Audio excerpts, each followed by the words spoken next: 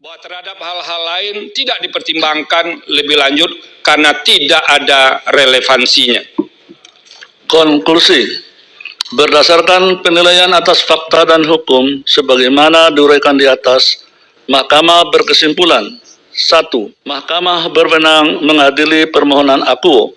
2. Para pemohon memiliki kedudukan hukum untuk mengajukan permohonan akuo. 3. Permohonan provisi tidak beralasan menurut hukum. 4. Pokok permohonan para pemohon tidak beralasan menurut hukum untuk seluruhnya. Berdasarkan Undang-Undang Dasar Negara Republik Indonesia tahun 1945 dan seterusnya, amar putusan mengadili dalam provisi menolak permohonan provisi para pemohon. Dalam pokok permohonan menolak permohonan para pemohon untuk seluruhnya. Menolak permohonan para pemohon untuk seluruhnya.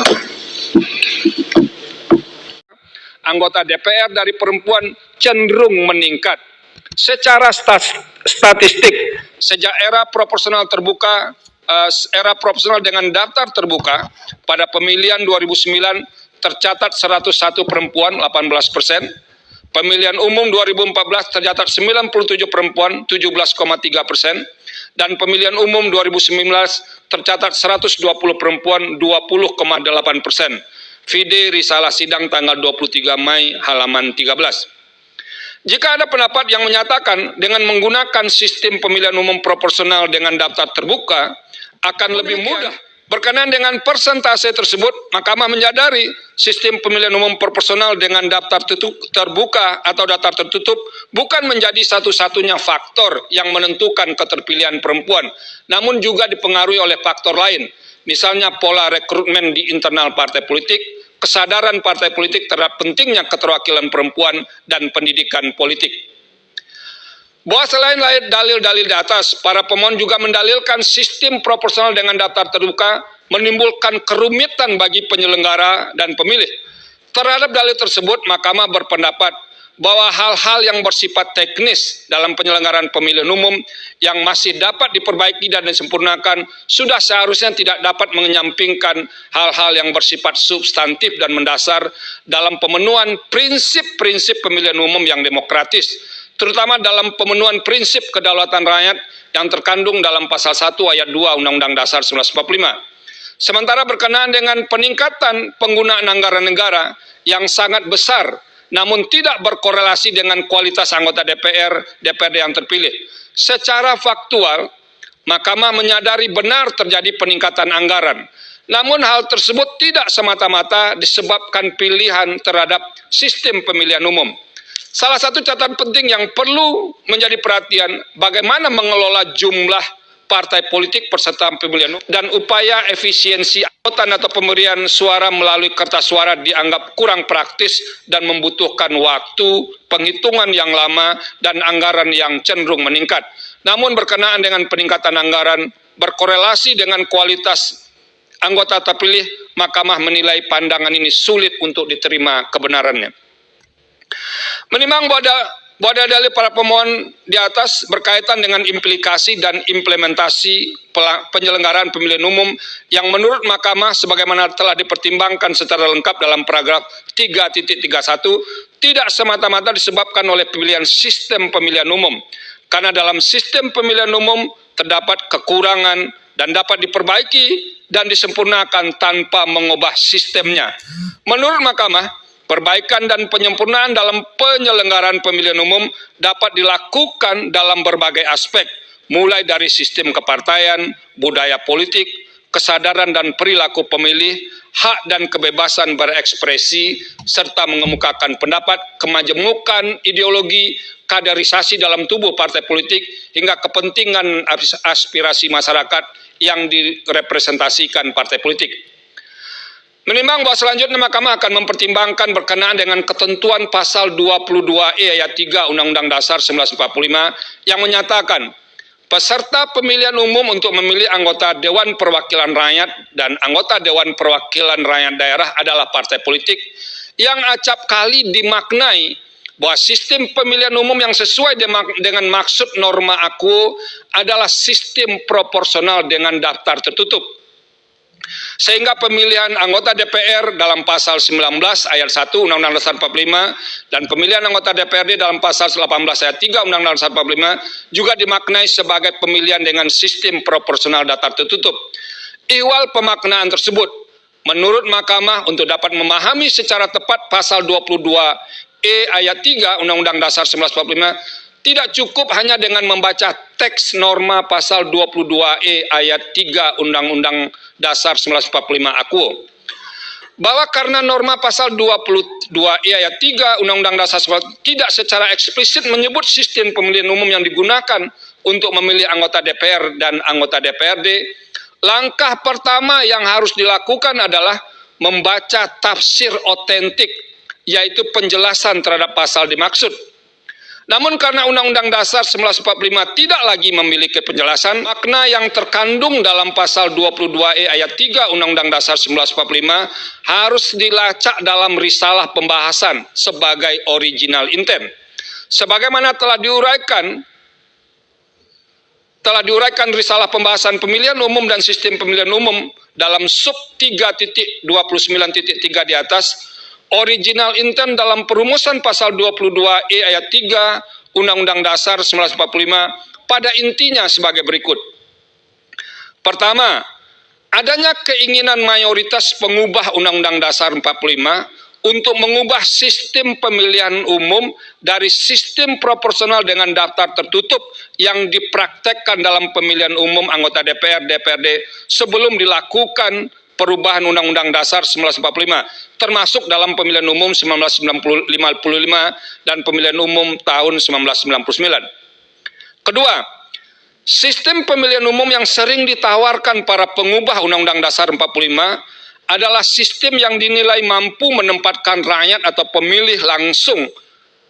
rakyat memilih langsung calon anggota DPR atau DPRD. Setelah membaca perdebatan pembahasan perubahan Undang-Undang Dasar 1945, tawaran atas sistem yang sering dikemukakan oleh sebagian pengubah Undang-Undang Dasar 45 adalah sistem distrik atau plurality majority system atau sistem pluralitas mayoritas. Jikalau tetap harus bertahan dengan sistem proporsional, mayoritas pengubah Undang-Undang Dasar 1945 menghendaki sistem proporsional dengan daftar terbuka. Sekalipun muncul ide atau pendapat untuk tetap menggunakan sistem proporsional dengan daftar tertutup, hanya muncul satu kali, dan itu pun dimaksudkan untuk sementara.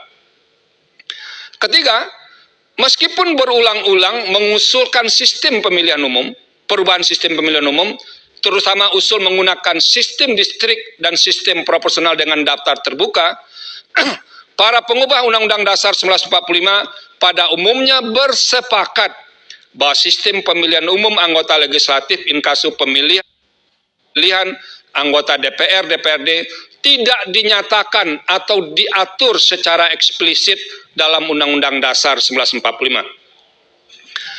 Bahwa selain menggunakan original intent, memahami pasal 22E ayat 3 Undang-Undang Dasar 1945 juga dapat dilakukan dengan menggunakan penafsiran sistematis.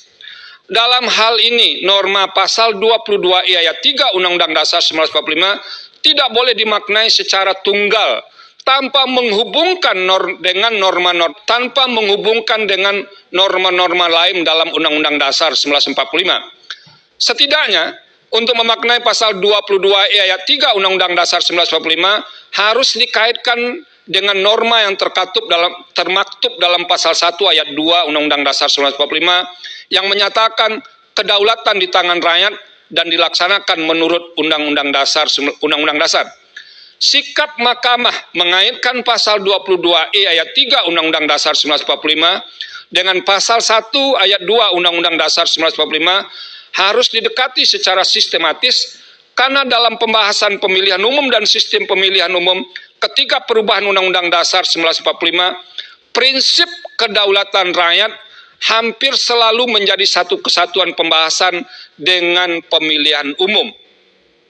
Artinya, bila memaknai pasal 22E ayat 3 Undang-Undang Dasar 1945 dalam menentukan sistem pemilihan umum menutup ruang bagi pemilih untuk dapat menentukan pilihannya, sehingga keterpilihan calon ditentukan sepenuhnya oleh partai politik, hal demikian akan mengingkari makna kedaulatan rakyat dalam pasal 1 ayat 2 Undang-Undang Dasar 1945. Sebaliknya, bila keterpilihan calon ditentukan sepenuhnya oleh pemilih, hal tersebut akan mengingkari peran partai politik sebagai peserta pemilihan umum yang berwenang mengusulkan calon anggota DPR, DPRD.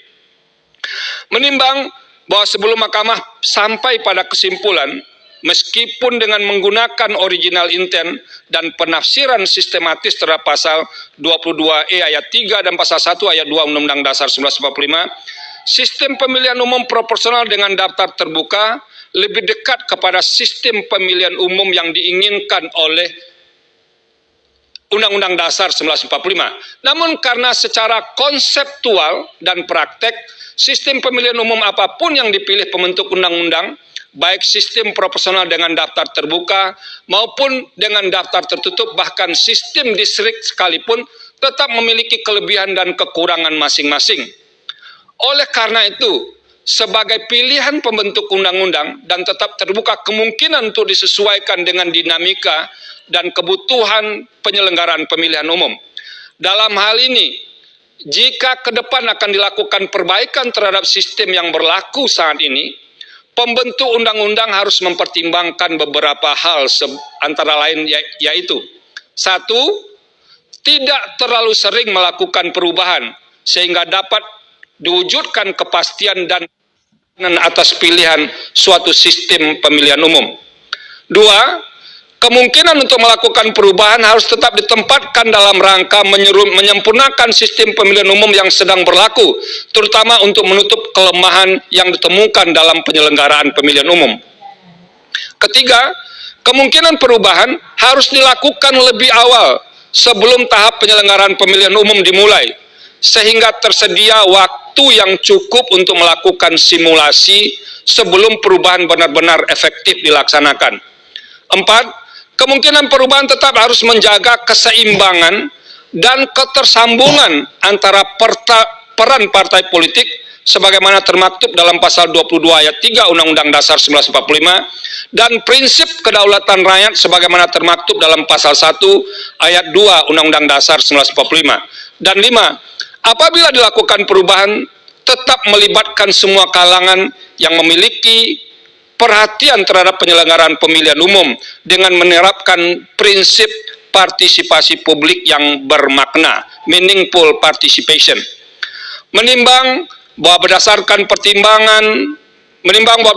pertimbangan terhadap implikasi dan implementasi dalam sistem pemilihan umum proporsional dengan daftar terbuka, serta original intent dan penafsiran konstitusi terhadap pemilihan umum dan sistem pemilihan umum sebagaimana telah diuraikan secara lengkap di atas, maka dalil para pemohon yang pada intinya menyatakan sistem proporsional daftar terbuka sebagaimana ditentukan dalam pasal 168 ayat 2 Undang-Undang 7 2017 bertentangan dengan Undang-Undang Dasar 1945 adalah tidak beralasan menurut hukum untuk seluruhnya.